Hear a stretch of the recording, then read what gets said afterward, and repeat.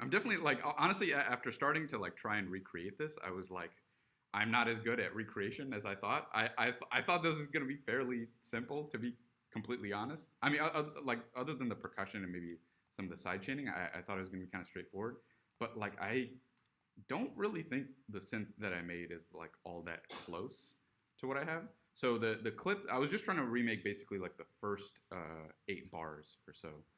So this is, I mean, just to repeat.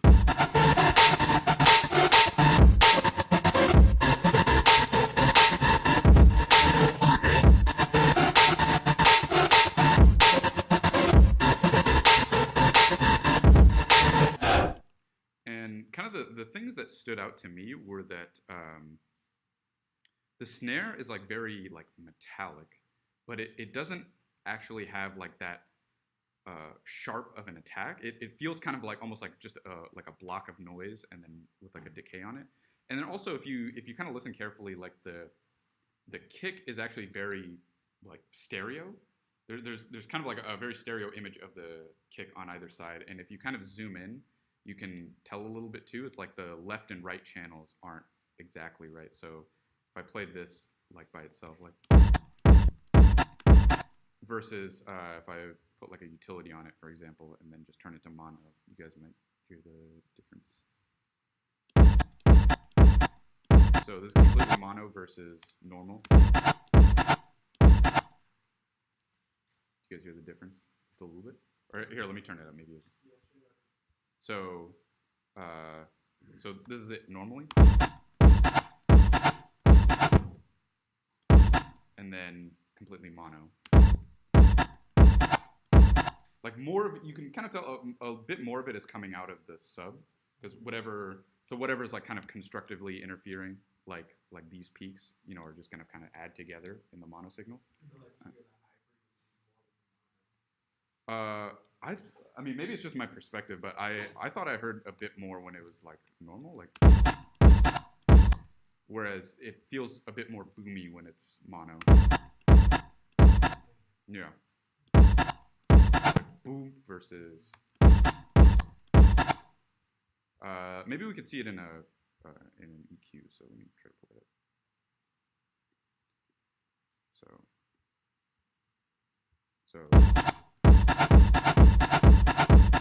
Normally versus.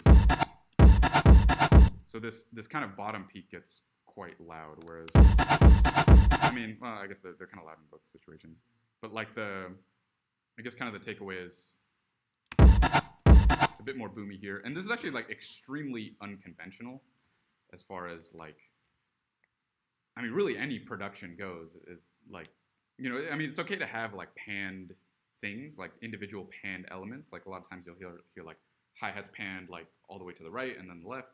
But it's like extremely unusual to have any sort of like bass or kick that's like stereo like this, and especially by this kind of visible of a margin. I mean, there are some cases where, you know, you might layer 2 kicks and their phases might not align, but you know that kind of like works out, like the sum of the parts sounds a little bit better, and it might be by like, you know, an extremely small margin here, but this is, you know, at least like a few cycles off, and pretty consistently too. Like if you kind of scroll through here, so like the snare, for example, like this snare, you know, completely on time, but then if you go, let's see if I can find another kick, yeah, like here again, pretty consistently different by the same margin, and I thought that was kind of cool. I mean, Flume is like this mad genius who, I don't know, he like concocts all these things that like on paper you would be like, oh, that's kind of stupid, like why would you do that? But then, I don't know, it makes it sound like poopy. So I didn't actually start with the kick, but maybe we could do that first after I finish explaining what I already kind of worked on. One thing that I thought I could kind of tackle first was the snare. So very like harsh. And I think I did a fairly good job. And I'll kind of go through my process step by step. So it's got a bit more high end maybe than would be.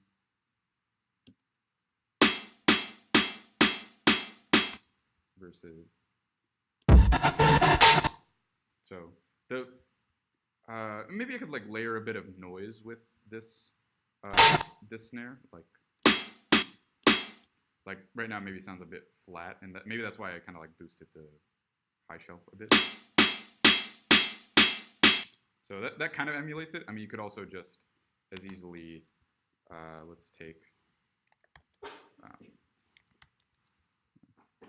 maybe we could just use operator here, for example. Just take some noise. Oh yeah, and this is actually kind of an interesting feature of operator, is that it has a white noise option and then a looped noise. And so you might ask, like, well, like, what's really the difference?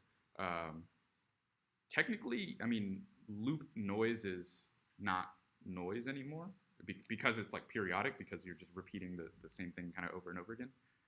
Whereas noise is like by definition not periodic, like nothing about it repeats. So it's interesting that sometimes I like the loop noise, so I might just try that. So here we can kind of create like a little just envelope. Just sounds like a really short decay.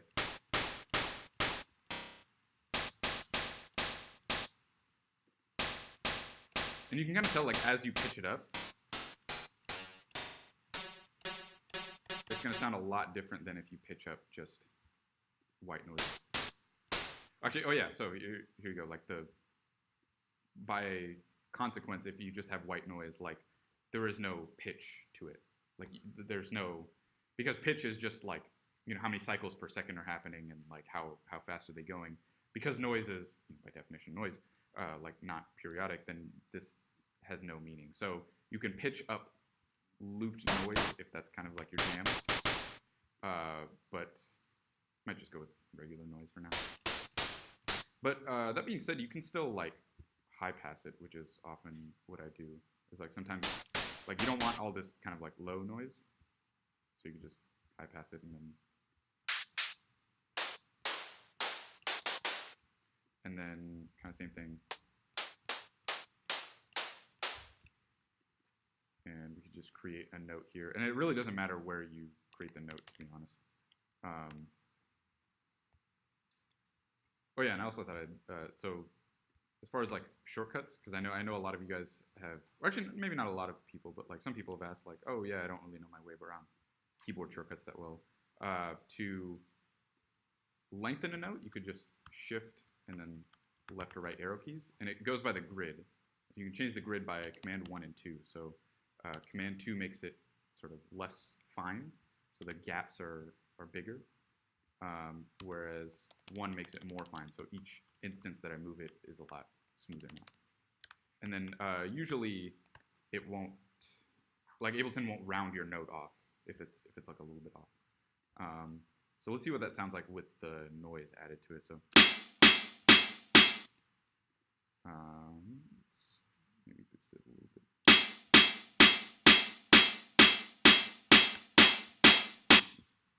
Maybe a little quieter.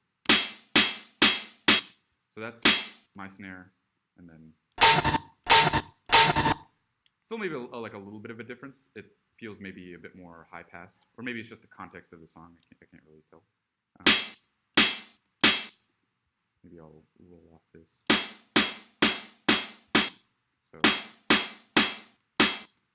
So that versus. Actually, oops. Maybe the tone of this isn't as much. So kind of the way I created it initially was, let me unfreeze this, is there were kind of like two parts. There was like this metallic part, and then there was like this attack that was maybe like compressed a bit, and then like the envelope was manipulated. So the two snares that I got were these. So something just for that transient, and then this snare from the Igloo Ghost sample pack. I would highly recommend a sample pack. I just really like it. And then I layered the two, kind of just compressed the shit out of them, and then high passed them a bit. So without any of this stuff, it's So not like kind of in the ballpark, but not really. One of the main things that was missing was just the tail of it, and also the timbre sounded a bit different in this. Like this one sounded a bit stretched out almost. So, or at least that was kind of like my hypothesis. So what I did was I flattened this out. So I just went in here, or freeze it, flatten, and then it turns it into an audio file. And then, actually, wait, let me unfreeze all this stuff.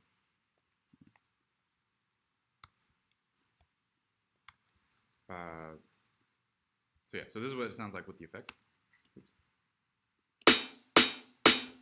So it sounds a bit tighter, but more so on the transient end rather than the actual metallic part that's kind of stretched out.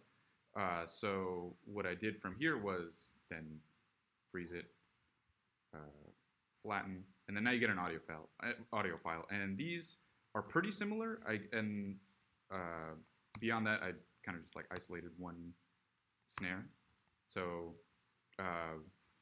after the freeze and flatten, the way you can consolidate a new clip is just by Control or Command J. And basically, the whole advantage of that is that it kind of limits it to just that piece.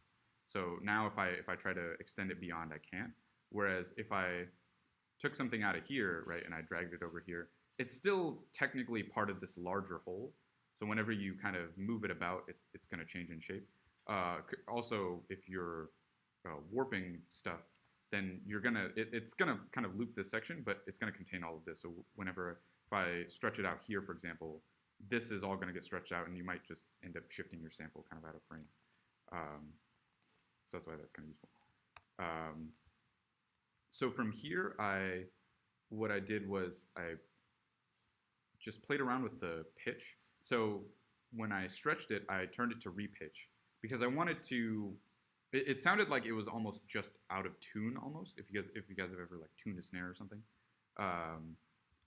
And so what you can do is if you hold Shift and then kind of click and drag, you can warp stuff now. And so I'll keep this kind of looping as I'm stretching it, and you guys can hear the change in timbre. So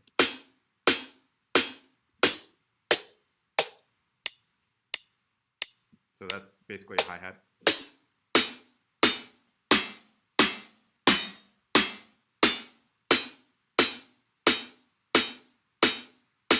So that's kind of what I was going for there. This versus,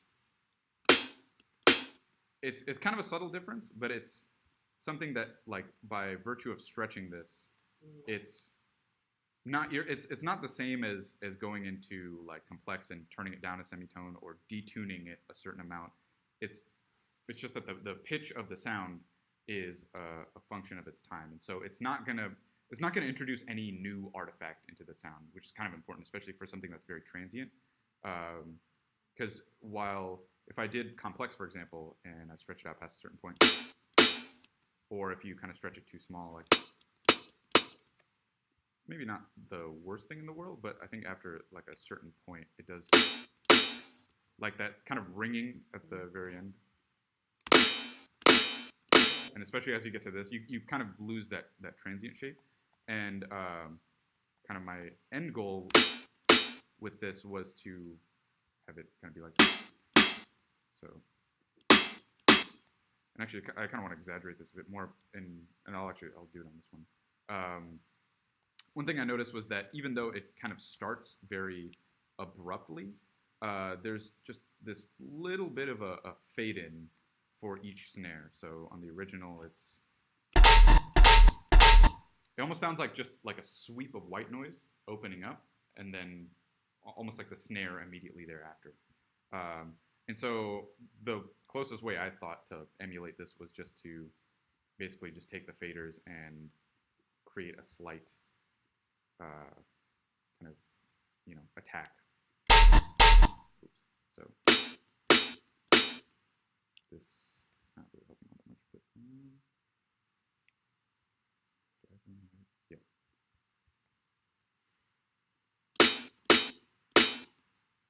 So if I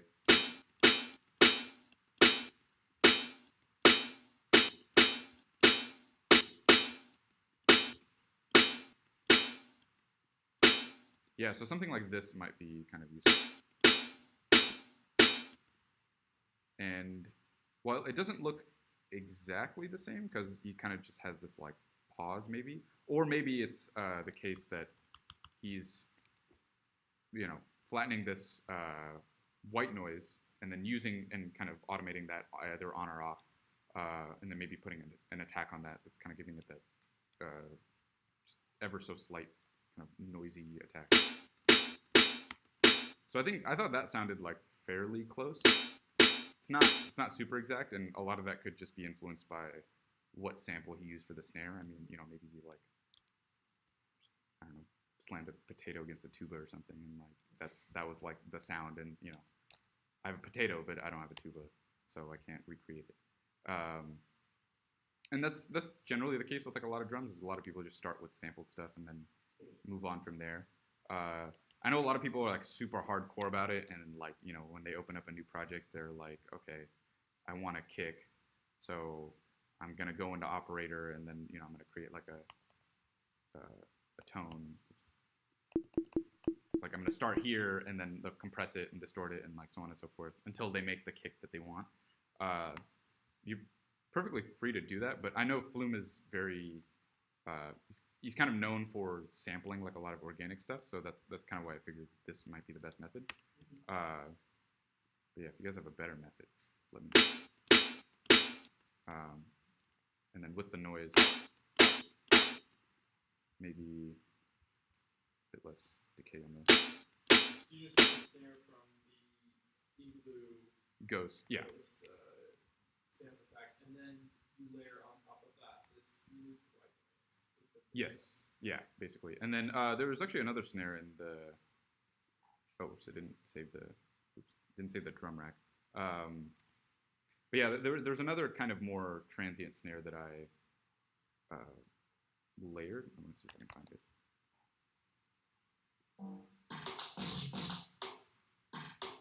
Maybe it's something like this. Something with a bit more punch to it, but still kind of has that like high end. So yeah. And then the synth, I had like zero idea. So he has this like very big kind of anthem-y synth going on for like the entire thing. So, and I was just thinking like, oh, saw wave, like put some unison on it.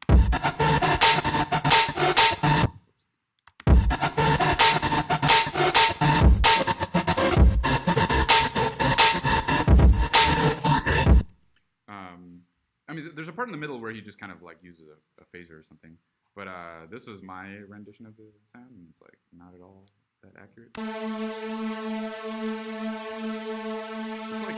It's like in the right mindset, I guess, but I don't know, it's just not quite there. One thing that might be kind of useful is like if you go into Serum, there's whenever you have this like detune option, you see these lines, and by default it's in linear mode. And what that means is that each of these voices, so when you add the unison voices, each of these are detuned from the center kind of according to these diagrams. And then you can also, shift the blend. So the yellow ones are just like your main left-right kind of, not really mono, but like your main left-right signals. And then everything else on the periphery is, just that. And so as I add more voices, you'll see like the green lines increase, but the yellow lines stay the same. And so what you can do is, by default, they're kind of linearly spaced apart. So as you increase this, the outside ones spread apart as fast as the inside ones. But you can go to global and change this. So super saw, for example, is the name is mainly just because it's like good for super saws, is that you want more things kind of closer to the center. Like as you add more voices, you don't want it to get more and more detuned just by virtue of having more voices. So as I kind of move this, the center ones don't spread apart as much as the outside ones. And so maybe this could help. I'm just gonna keep this on loop and then maybe try that out.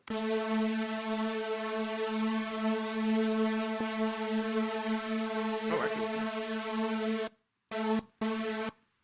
inverted one actually kind of works pretty well.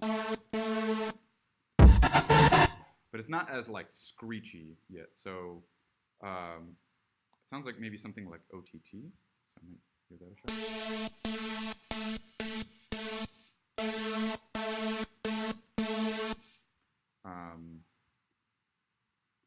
Also, I guess I was, as in my failed attempts, I usually like just go to YouTube and search like how to do X. And one guy was pointing out that maybe he was using sort of granular synthesis. So maybe he like started with a synth and then put that into a granulator. And I think Ableton has a granulator, I believe. Does it not? Maybe. I don't know. There's like max. Oh, shoot,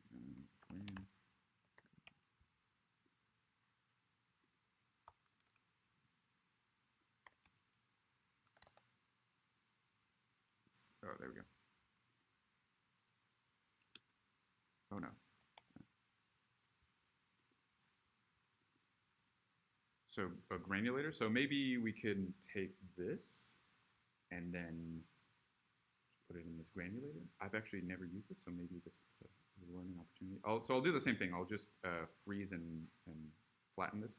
And kind of the advantage of doing the freeze and flatten. Oh, actually, I didn't flatten it. The advantage of doing this is that you can freeze something, duplicate it, and then flatten this one, so that you keep your effects chain on here. So let's say I put this in granulator and I'm just like, this does not really sound the way I want it to. I can always backtrack and just go back to Serum and unfreeze this and be like, okay, well, let me start over. But yeah, for now, I'll just use this. So I just have the audio now. Kind of heavily compressed unison sine. So let me see if I can just drag and drop in it here. It seems like more or less the same interface as like sampler or something. So you kind of just drag and drop stuff. And let's see what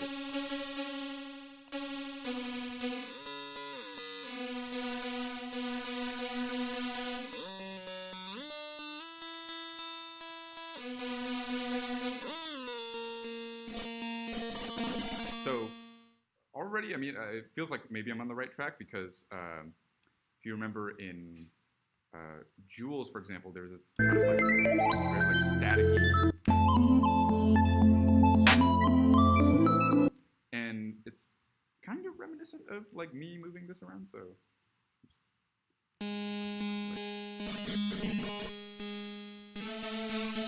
that kind of like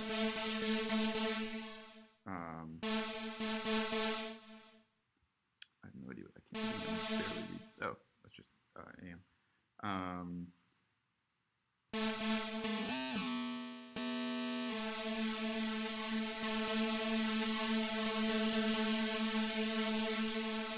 This seems like kind of a good start actually, because now I can also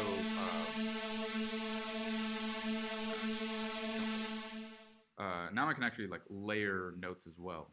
So maybe he got that kind of like big, thick sound just by layering a bunch of sounds closer together. So let's try that. And I don't know if this is like pitch sensitive.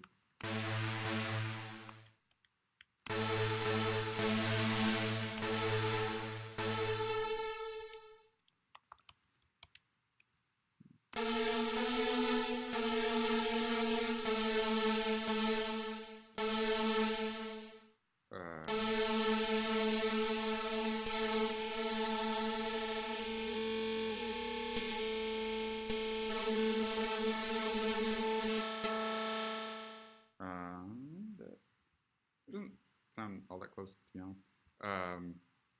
But I guess the other thing that I wanted to mention really quickly, since I'm like starting to run out of time, is just the fact that he used like different sidechain triggers, like other than the kick and the snare, which I think is pretty cool and starting to become a bit more common. It's still like maybe not super conventional, but it's like a pretty versatile trick.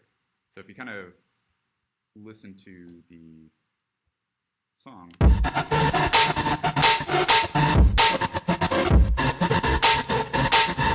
So there's this kind of, obviously it kind of ducks when the kick and the snare hit, but even in between those, so like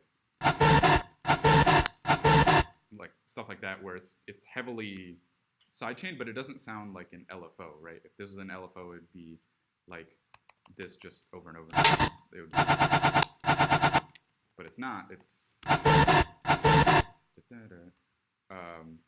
and kind of what I imagine he did was maybe get like some sort of percussive loop. So I won't try to emulate the exact pattern, but I'll just try to like emulate the point maybe. Is if, let's say, we just get some kind of percussive sample.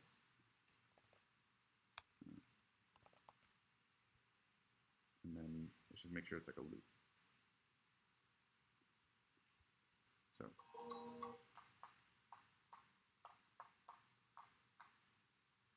So this actually sounds pretty cool, just because it's kind of minimal and I can. So things that are usually very busy can not be. So actually, well, let's.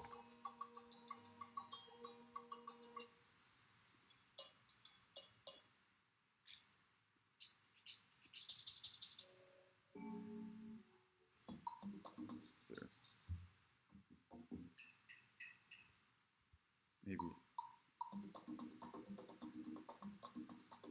Actually, fuck it, let's try. I don't know how that's gonna go. Stop it, splice. Stop. There you go. So we'll try both of these. So how about this? So if we haven't, I'm pretty sure we've gone over compression, like sidechain compression in different meetings, but just as kind of like a quick refresher, all it's doing is, all it's really doing is just when this track is getting an input from some other channel, say this clap, then this compressor is just saying, hey, whenever this clap hits, duck in volume by this many dB and at this ratio or at this quickness. And the attack is like, this is how much time it should take before you even start to duck. And then the release is, okay, after the sound is ended, how long does it take you to unduck, or, kind of raise back up? And this is one view. This is kind of another view. This might be like more informative because you can kind of change this like visual a bit easier. So, no compression whatsoever. Like my input is my output. So as my input increases, my output increases just the exact same amount. But then as I compress, then after a certain point, my output, even though normally it would come out here, is like coming out down here. So that's kind of the whole point of sidechain compression. I know some people, like Kenro, for example, just likes to keep it on like infinity, which is, maybe a little overkill, but I mean, do what you want with it. Also, another important thing is this look ahead. So it just says look down here, but basically what this is saying is that this is different from the attack in that this is saying, okay, I know when that clap is going to hit, and I'm actually going to start this compressor. So let's say this is like 0, right? I'm going to start this ducking 10 milliseconds before this clap, before like the first instance of noise even begins. And you might be wondering, like, why the heck is that useful?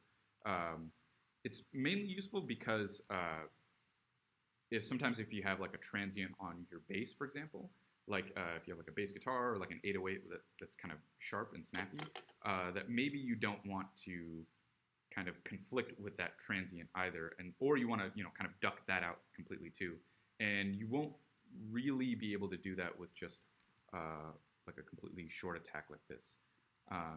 And then the other thing about sidechain compression is just the routing. So this is the actual like mechanics of it.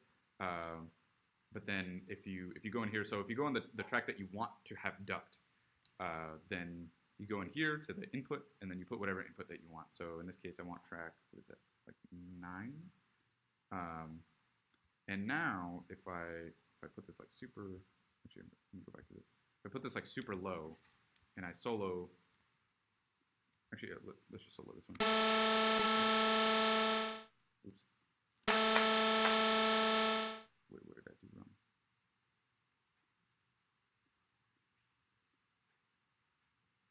I feel like I did something wrong, but I don't know what.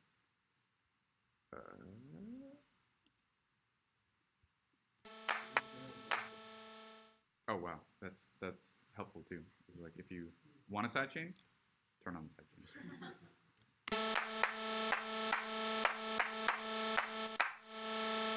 So right now the release.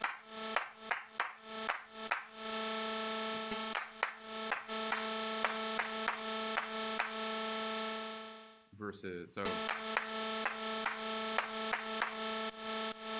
And then if you turn the whatever it is that you're sidechaining, so usually people sidechain like a kick to a bass or something, and both the kick and the bass are playing, but you don't have to play the thing that you're sidechaining, which is kind of like the epiphany that I guess that comes out of this.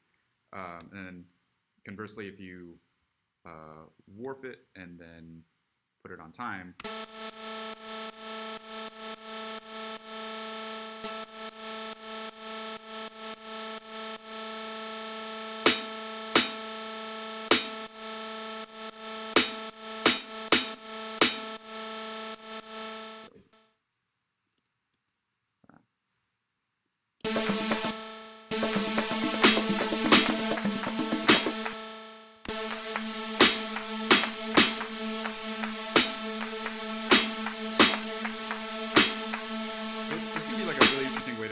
Rhythm on your own, and then also just the manipulatability is really cool because now you can change the rhythm just by changing the sidechain trigger. So for example, if I do this,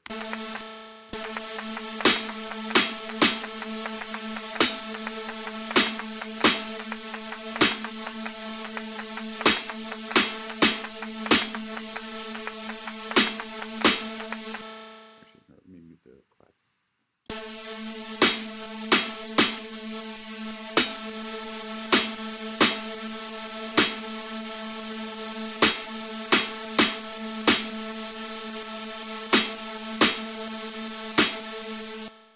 Let's try the kind of more dense percussion. That might be kind of interesting. So again, warp it, put it on time, and then now all we have to do is change the input. So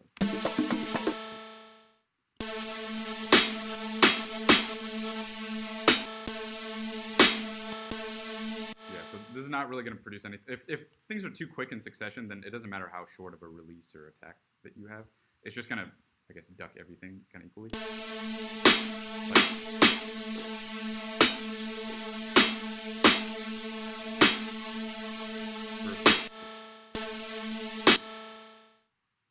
Wait. So this is a clap.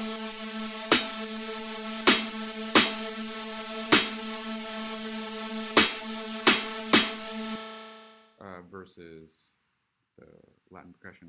It's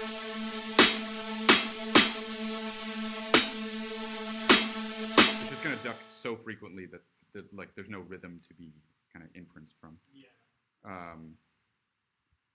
But yeah, that's kind of my hypothesis. Yeah, I don't know. I feel like I've been rambling for like. Basically, he gets a synth, and then he wants the synth's volume to cut out randomly. So instead of doing an LFO or something, yeah, he side chains a percussion track to it, so that whenever the drums play in that percussion track, the volume ducks. But then he silences the drum track, so you just hear the ducking of the. Exactly. Yep. That is an interesting strategy. Yep. Also, conversely, you don't even have to like go for the whole loop. I could just do this and just kind of move these about in really random places. Like let's just loop this. Let's get something maybe a bit beefier. I'm gonna just use DS kick. So DS kick is literally just like a synth tom kick. So perhaps because it has more amplitude. So then if we go back here, we just got to make sure that it's on DS kick. So nothing side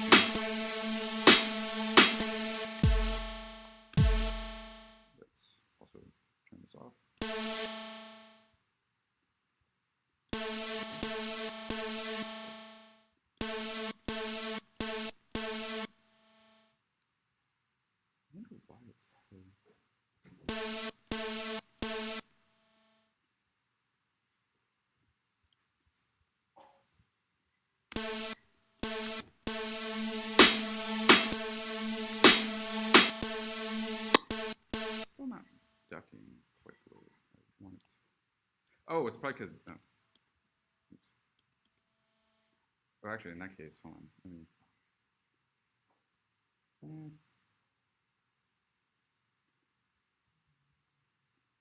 Why is this not playing?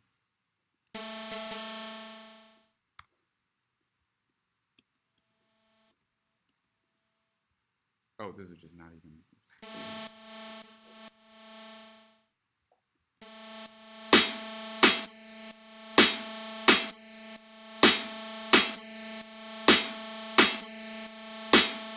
Oh, this is actually the best way to look at this.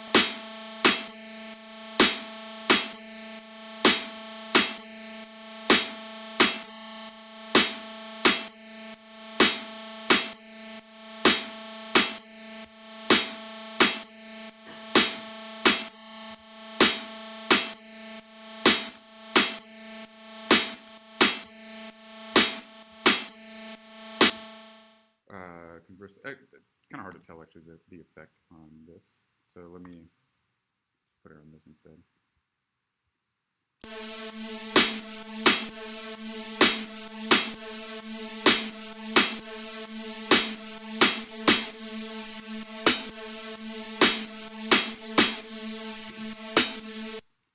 So then kind of rinse, repeat,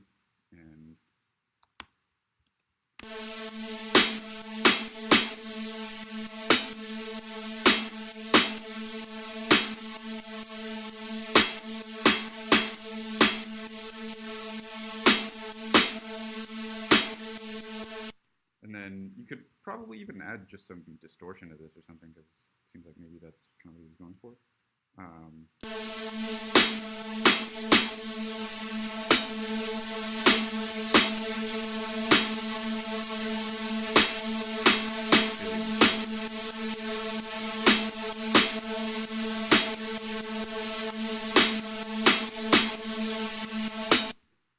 And then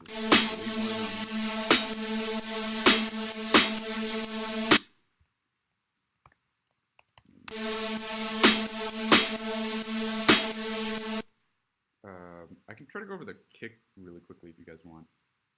Yeah, yeah, okay. I kind of have no idea where to start, but I'll start with just Punchbox because I really like their kicks, and they have like a nice kind of 808 generator. Oh my god, screw you. Wow, this LES is showing its flaws a little bit, but I'll let him slide. So Punchbox is a kick plugin made by D16. It's one of like the rent-to-own things on Splice. And it was actually one of the cheapest things to, as like a rent-to-own on Splice, which is partially why I got it. Although I saw Kenro using it, and I think it has like really, really good kicks. Like, for example, this is a kick I made for kind of like a more poppy track, I guess. I was like, I don't know. I just really like it because it kind of hits that like nice middle ground between like an acoustic snare, or sorry, an acoustic kick and like a more synthy one.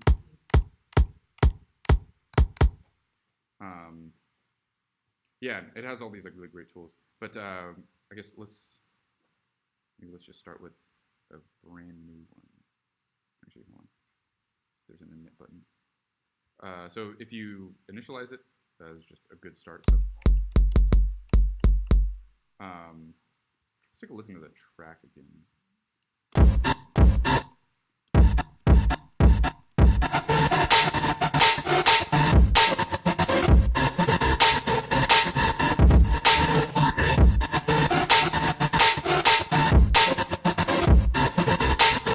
Actually, maybe sounds almost like just a Lex Luger kick, which is like really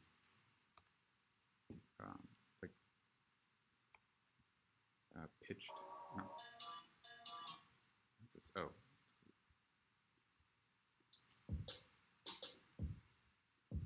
Let's actually try maybe just given this, and then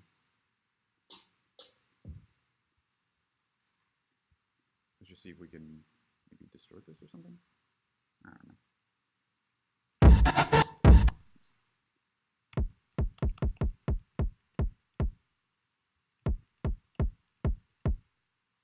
It's like really quiet for some reason.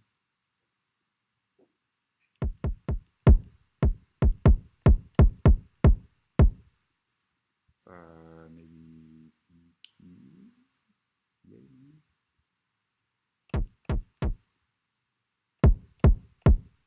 Wait, why did that change?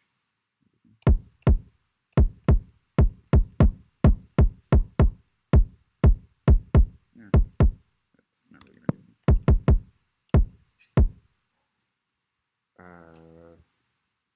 I don't know. Compressor. Maybe.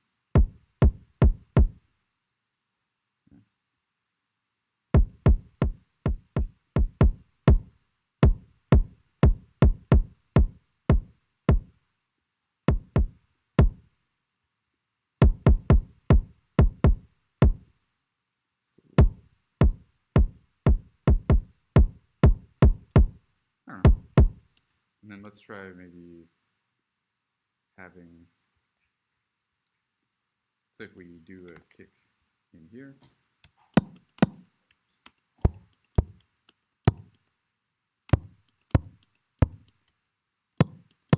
why is this so?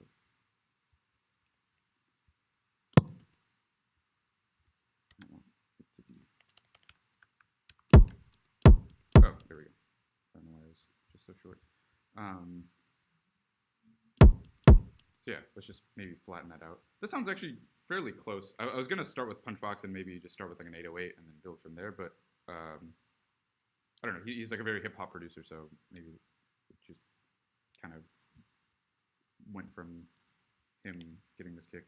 And then honestly, let me just try to. I mean, yeah, actually physically, it even looks like extremely similar. Like if I could just align the peaks almost. Might as well just try that. And then if I just duplicate this, and then let's see what those sound like together. Okay, so it sounds like pretty just stuttered. Oh, actually, there we go. So it was just like a matter of phasing. So this is actually a pretty useful trick. I know, what is it? Kenra mentioned it, like, or mentioned the fact that Noisia does this a lot with like their kicks. Is like they'll get two kicks, and if they want to layer them together, they'll sort of line them up and sort of keep one constant, shift the other little by little by little, and then find out where they're the quietest, and then flip the polarity of the one that they were moving. So what this would look like here would be,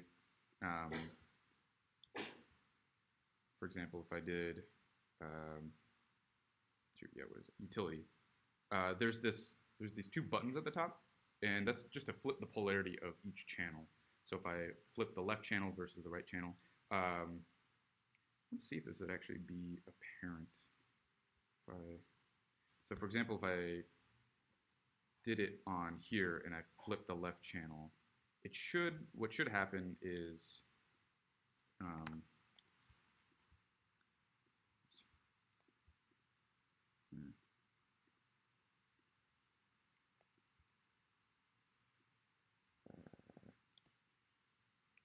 I going to do this?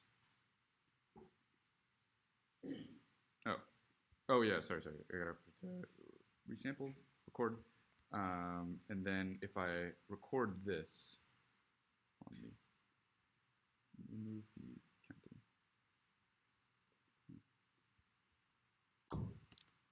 So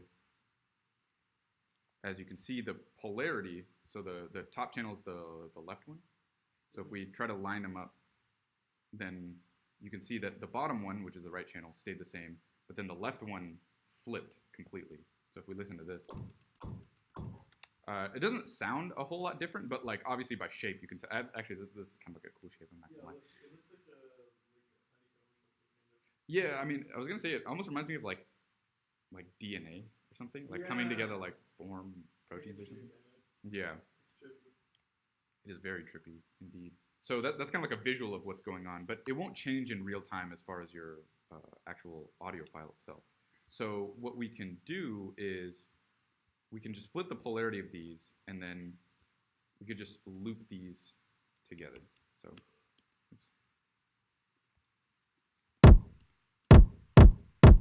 so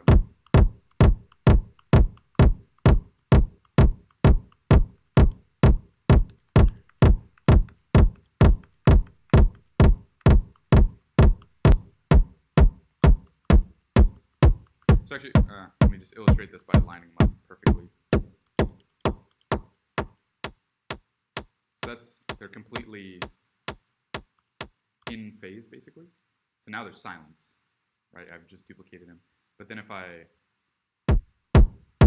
oh yeah, actually here, the left cancel,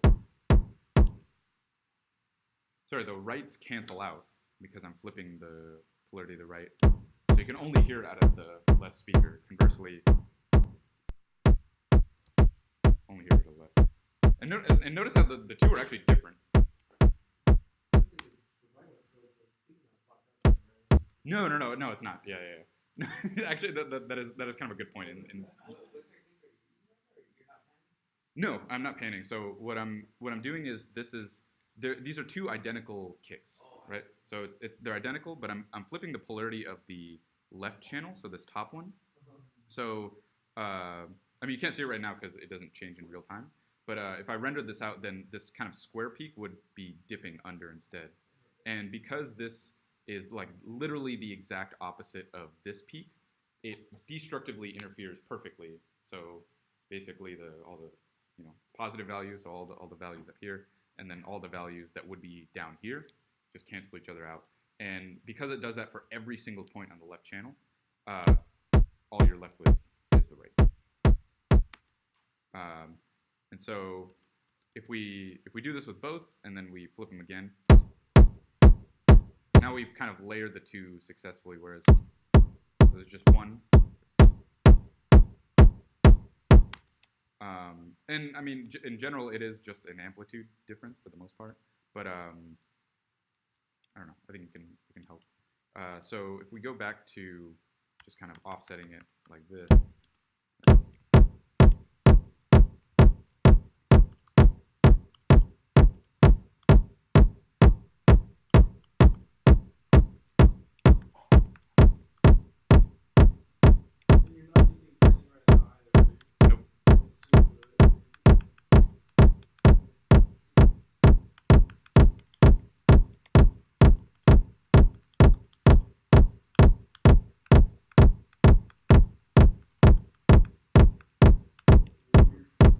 Yeah, it is quite bizarre, actually. Oh, there we go. Oh, no. Actually, never mind.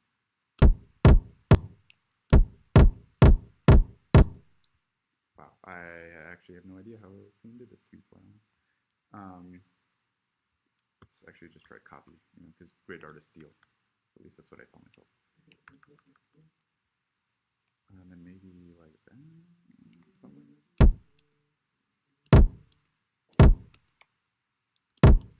Maybe that's what it is. It clearly doesn't have that.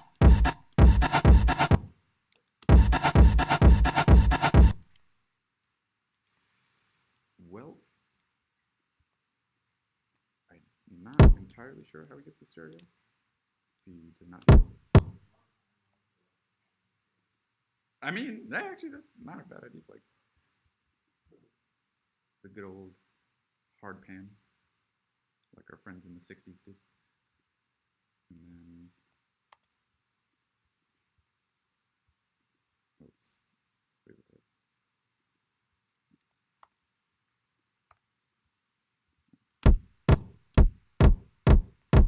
Actually, it works better than my technique, so do that.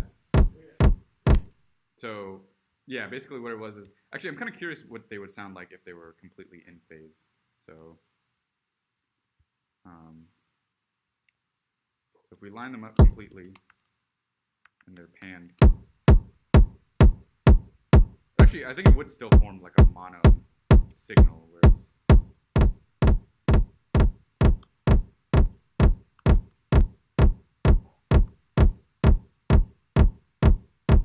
Ah, interesting. So I guess what happens when you pan them hard left and hard right is that if they're offset by kind of a random amount, is that you'll get this sort of extra click in between,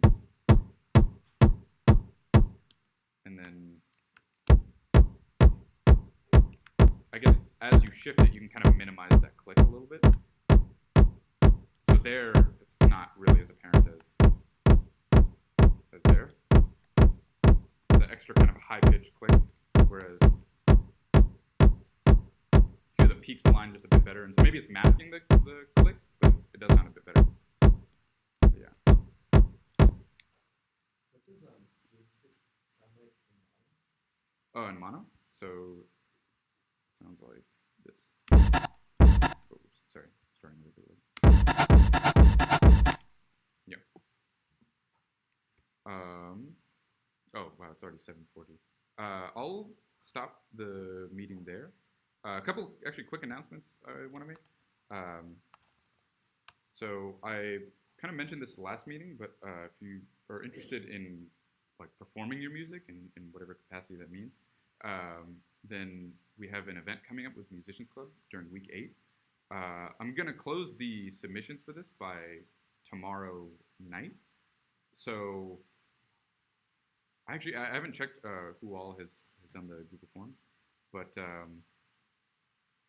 yeah, if you're interested, yeah, I believe it's probably gonna be like a Thursday of week 8 or something.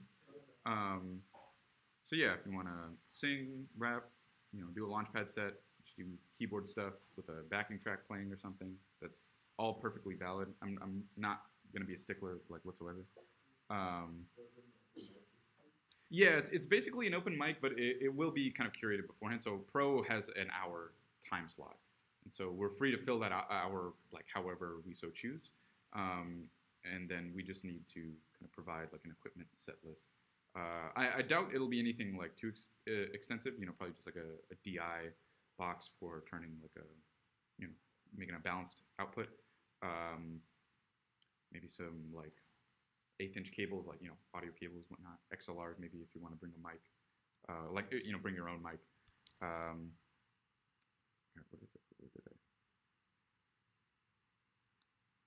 Yeah, so it's right here. So it's called a collab with the capital L and capital C. There's going to be a bunch of other music orgs. I think DVC is also going to be there. Obviously, people from Musicians Club itself. But yeah, I would highly recommend this. I'm trying to finish my launchpad set by this time. Actually, I'll take that back. I will finish my launchpad set by this time, because if I tell myself I'm trying, then I won't. But yeah, so far I'm up to one song, which is not a whole lot of progress. But frankly, I think Kenro gave a meeting or held a meeting last quarter where he explained like his whole live set making process. And I didn't know about like if you highlighted like a loop, you can consolidate to like a new time scene, which is corresponds to like just a kind of a bar, like a horizontal bar here, which is super clutch because if you have a launch pad, then there's like these little play buttons on the right side, and you can just like worst case scenario, you could just trigger like loops sequentially like back to back. And also it makes the whole process of like converting your song into performance that much quicker and like more reliable and consistent across all your songs. There's other ways of using Ableton for live performance, so maybe we'll do another like meeting on that, because I think it's pretty interesting. It's something like I'm only just getting into. But yeah, if you want to perform, the link is up on the Facebook page. I can like repost it again if you guys want after meeting, or if you. I can't really make you fill it out in person because it's just like an online form or something. But yeah, that's kind of all for that. I don't entirely know what the topic for next week is, but I know Kenro is the one doing it, so stay tuned for that. And yeah, I'll stop the recording here.